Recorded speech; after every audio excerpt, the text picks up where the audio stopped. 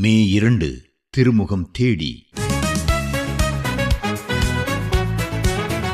தேவனே, எங்களுக்கு இறங்கி எங்களை ஆசீர்வதித்து உமது திருமுகத்தை எங்கள் மேல் பிரகாசிக்கச் செய்யும். சங்கீதம் 67:2. இந்நாட்களில் துதித்தலில் புதியதோர் ஆர்வம் உருவாகியுள்ளது.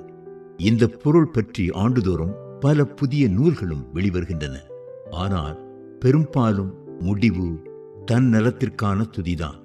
சபையை பற்றியும் உலகை பற்றியும் கரிசனை கொள்வது யாரோ?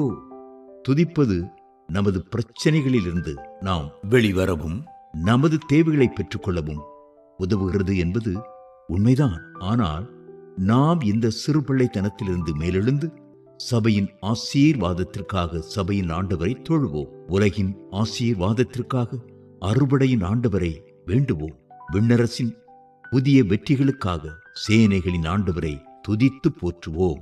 பெந்தேகோஸ்தேக்கு முன் சீடர்கள் எதைத்தான் மனதில் வைத்து கடவுளை துதித்து ஆராதித்திருப்பார்கள் என கற்பனை செய்து பாருங்களேன். பெந்தேகோஸ்தேக்கு முன் கிறிஸ்துவின் பரமேறுதலை அடுத்து 10 நாட்களும் வேண்டலின் ஆவியும் போற்றலின் ஆவியும் சீடர்களை வெகுவாய் பற்றியிருந்தது. பரமேறுதலை அடுத்து சீடர்கள் மிகுந்த மகிழ்ச்சியோடு எருசலேமுக்கு திரும்பி வந்து நாள்தோறும் தேவாலயத்திலே கடவுளை புகழ்ந்து துதித்துக் கொண்டிருந்தார்கள். லூக்கா 24:52.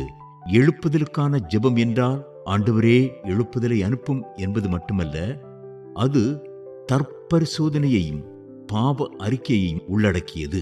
கர்த்தருக்குள் நிறைவேற்றாத பொருத்தனைகளை பிறருக்கு விரோதமாக செய்தவற்றையும் இறை வேண்டலில் நினைவு கூற வேண்டும். இவ்விதமான பலிகளில் கடவுள் பிரியப்படுவதால் நிச்சயமாக பலிபீடத்தில் அவரது அக்கினி இறங்கும். தகர்ந்து கிடந்த கர்த்தரின் பலிபீடத்தை எலியா சீர் அமைத்த போது வானிலிருந்து நெருப்பு இறங்கவில்லையா? கடவுள் தம் மனிதரை உடைப்பதும் உருவாக்குவதும் முழங்காலில்தான். இயேசு ஜெபித்த போது வானம் திறந்தது. ஆதிச்சபை ஜெபித்த போது இடம் அசைந்தது.